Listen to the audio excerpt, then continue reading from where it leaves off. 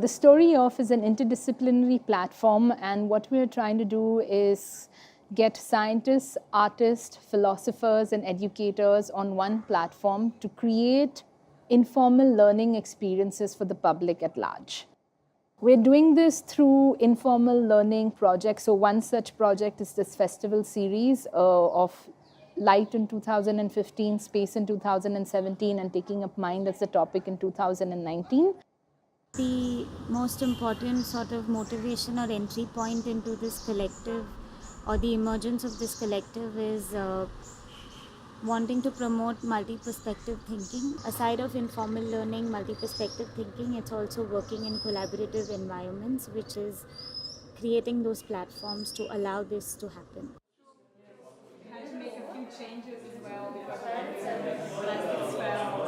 Everything started with this idea of creating a specific work for the Story of Space.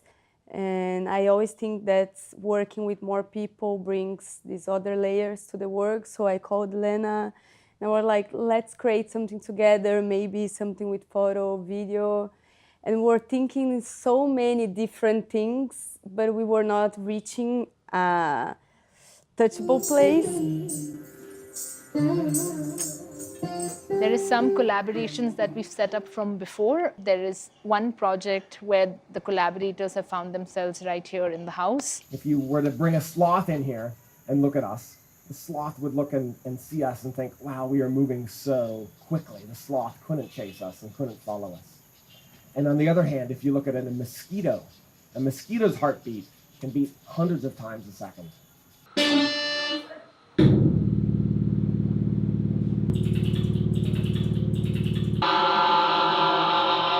This idea of interdiscipline, bringing in different minds, putting them together and working towards a singular festival and keeping all the works accessible to the people. This is insane. Like, this is, I feel like all the work should happen. Like, accessibility is the key.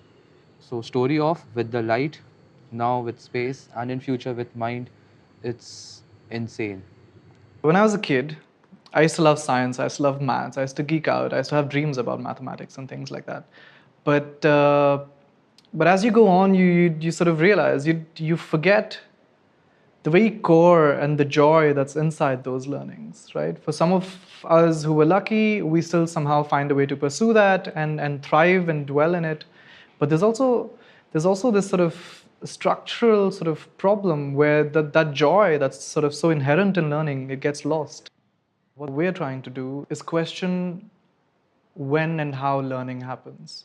We believe that learning is unending. We believe that learning is for everyone. So I try to work a lot with education in informal contexts. I mostly try to affect conservation through my work. And this time I've got a way to put together conservation and my waste practice together and say, this is a project which brings both of my interests together. All this information can always have a better effect if it's shared informally. And that's why my audience is also children, because they're the people who will bring about change in the future. I think informal learning happens, it has an embedded element of reflection.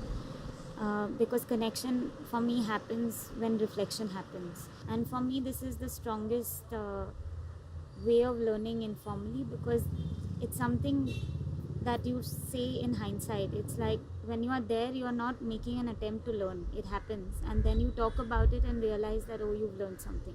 The formal system of education is a dinosaur. It's like you got to change many things for the change to trickle down. But if you have enough informal initiatives talking about these things that are supporting the formal initiatives and are interfacing with them, then I think kind of together the change is possible.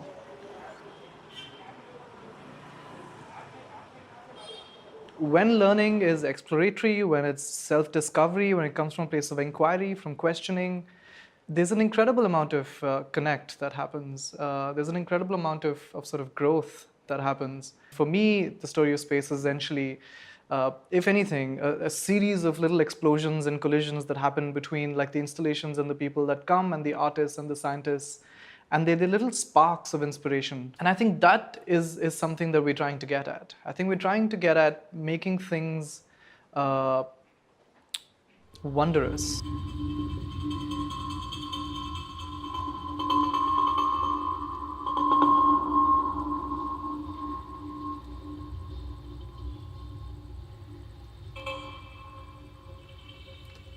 Most of the society is taught in a way that makes them not like physics or astronomy. There's too much of learning equations, memorizing stuff, and not understanding what we are actually experiencing. So I came up with this idea to combine science and art, astronomy with art.